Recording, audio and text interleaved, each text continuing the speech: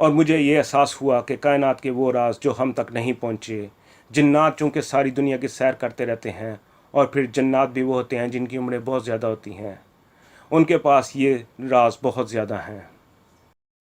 ان میں بعض راز تو ایسے ہیں کہ اگر میں بتا دوں تو لوگ یقین نہ کریں۔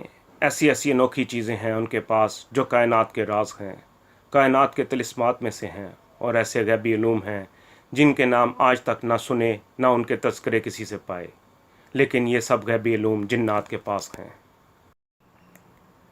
جنات ان غیبی علوم کو بہت ہی زیادہ جانتے ہیں اور ان غیبی علوم سے بہت ہی زیادہ متعارف ہیں۔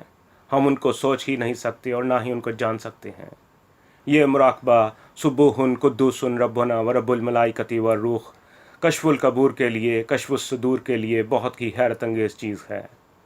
لا علاج بیماریوں کو ختم کرنے کے لیے، ناممکن مسائل کو ختم کرنے کے لیے، سوچوں کو وسیع کرنے کے لیے اور مخلوق پر غلبہ حاصل کرنے کے لیے، سمندر کی دنیا اور جانور کی دنیا کو آنکھوں سے دیکھنے اور ان کی بولیاں سمجھنے کے لیے، کائنات کے رازوں اور اس کے نظام کو سمجھنے کے لیے، اور اللہ کی عجیب و غریب کائنات میں بکھرے رازوں تک پہنچنے کے لیے یہ مراقبہ ایک حیرت انگیز چیز ہے۔ اور اس مراقبے میں بہت طاقت اور تاثیر ہے، اور اس مراقبے میں بہت جان ہے۔ کوئی تھوڑی سی جان مار لے، کوئی تھوڑی سی محنت کر لے تو یہ بہت عجیب چیز ہے۔ علامہ فرماتے ہیں کہ حج اور عمرے پر جانے والے حضرات کو میں یہ چیز بہت زیادہ بتاتا ہوں، کیونکہ وہاں مقدس جگہ ہیں اور نور ہی نور ہے، اور وہاں تو اس مراقبے کی طاقت اور بڑھ جاتی ہے۔ جو زیادہ مدت کے لیے جاتے ہیں، اگر وہ حرمین میں بیٹھ کر اس مراقبے پر محنت کریں اور توجہ کریں تو ہو سکتا ہے پہلے بات نہ بنے، لیکن اگر کچھ محنت کر لیں اور توجہ بنا لیں تو ان کو بہت زیادہ تاثیر مل جائے گی اور اس کا بہت زیادہ کمال ملے گا۔ اس مراقبے کو جس جگہ چاہیں کر سکتے ہیں، اور جس جگہ بھی بیٹھ کر کریں، اس کی طاقت اور تاثیر 100% ملتی ہے۔ اس مراقبے کے 1 نہیں، 2 نہیں، 1000 نہیں، لاکھوں تجربات ہیں، اور جو محنت کرتا ہے وہ ضرور پاتا ہے، اور محنت کرنے والے کی محنت ضائع نہیں ہوتی۔